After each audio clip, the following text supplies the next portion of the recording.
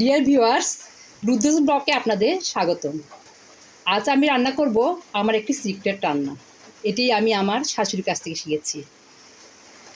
এই রান্নাটি হলো চিকেন রোস্ট। এর জন্য আমাদের প্রথমে এই মাংসটা, এই চিকেন রোস্টের জন্য মুরগির মাংস একটু বড় করে পিস করতে হবে। এই যে বড় বড় করে পিস করতে হবে। আমি এটা ধুয়ে পানি ঝরিয়ে রেখেছি। এখন এর সাথে দিতে হবে 1 টেবিল চামচ আদা বাটা, 2 টেবিল চামচ রসুন বাটা,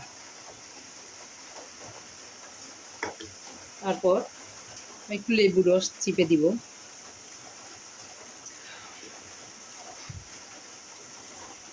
এই রান্নাটা কম উপকরণে, সময়ও কম লাগে আর খেতে অনেক সুস্বাদু।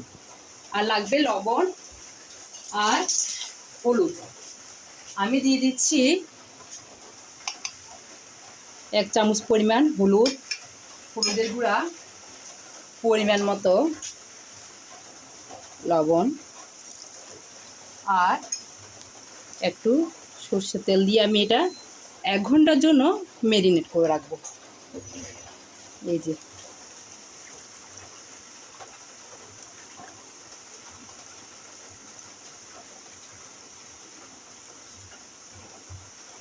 জিরা বাটা, ধনে বাটা, মরিচের গুঁড়ো, ধনে গুঁড়ো এগুলো ছাড়া একদম অল্প উপকরণে খুব সুস্বাদু একটু রান্না।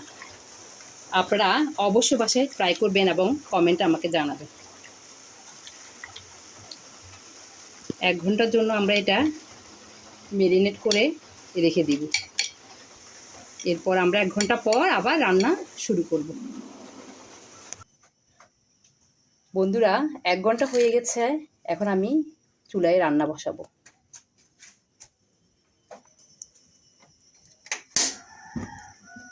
আমি গ্যাসটা জ্বালিয়ে দিলাম।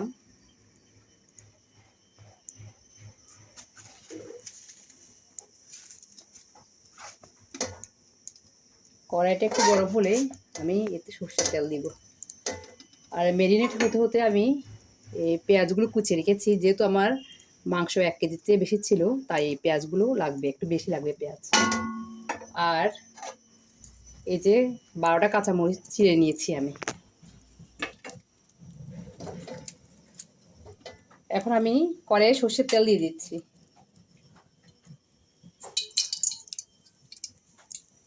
এটা আমরা সরষের তেলের পরিবর্তে ঘি দিয়েও রান্না করতে পারি।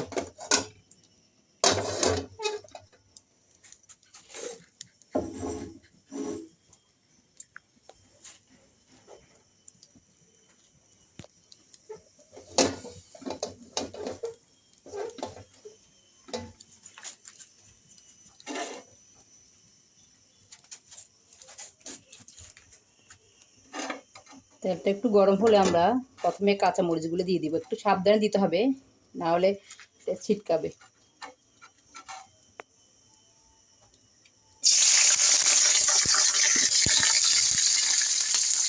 কাঁচামরিচ দিয়ে দিলাম।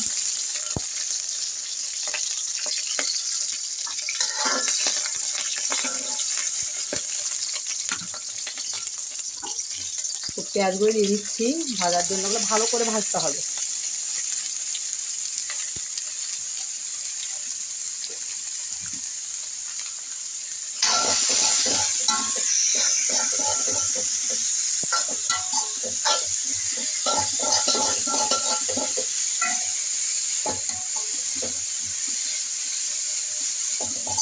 ভালো করে পেঁয়াজগুলো ভেজে তারপর আমরা মাংসটা দিব, দিয়ে ভালো করে কষাবো।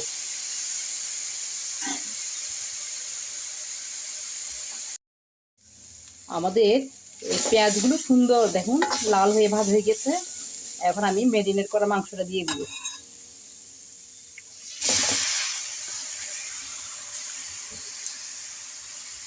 এই দিয়ে ভালো করে 10 মিনিট কষিয়ে নিব।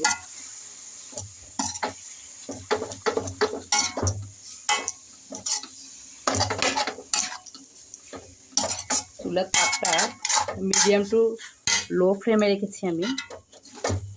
এভাবে 10 মিনিট আমি কষিয়ে নিব। তারপর সামান্য একটু গরম জল দেব। মানে জলটা একদম কম পরিমাণ, 1 কাপ বা 2 কাপ এই পরিমাণ দিতে হবে।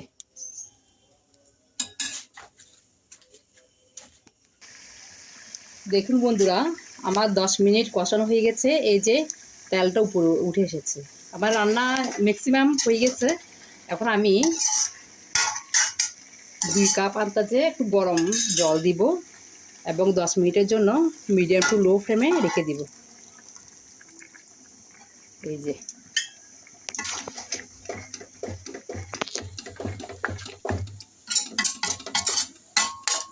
আর একটু ব্যালেন্সের জন্য চিনি দিব, যেহেতু এখানে আমি লেবু ব্যবহার করেছি ওই জন্য একটু চিনি দিব। আপনাদের কাছে যদি লেবু না থাকে তাহলে ভিনেগার দিয়েও রান্না করতে পারবে। আমি 1 চামচ চিনি দিয়ে দিচ্ছি। এরপরে আমি এটা 10 মিনিটের জন্য ঢেকে দিব আর ঘি দিয়ে নামিয়ে ফেললে হয়ে যায় আমাদের মজাদার চিকেন রোস্ট। এই যে আমি চুলার ফ্লেমটা কমিয়ে দিচ্ছি একটু, এই 10 মিনিটের জন্য ঢাকা দিয়ে দিচ্ছি। দেখুন বন্ধুরা, আমার এই চিকেন রোস্ট হয়ে গেছে। এখন আমি ঘি দিয়ে এটা 2 মিনিট ঢাকা দিয়ে নামিয়ে ফেলবে।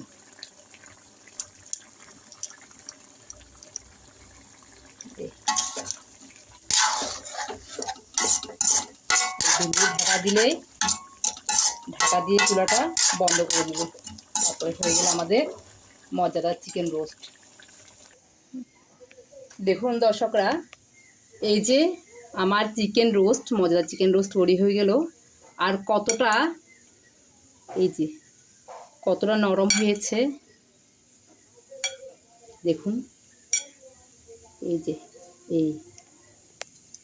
এই রোস্টটা পোলাও, সাদা ভাত সব কিছুর সাথে খেতে দারুণ মজা লাগে। আপনারা অবশ্যই বাসায় ট্রাই করবেন এবং কমেন্টে আমাকে জানাবেন আপনাদের কেমন লাগলো। আর অবশ্যই আমার চ্যানেলটি সাবস্ক্রাইব করবেন এবং লাইক দিবেন। ধন্যবাদ সবাইকে।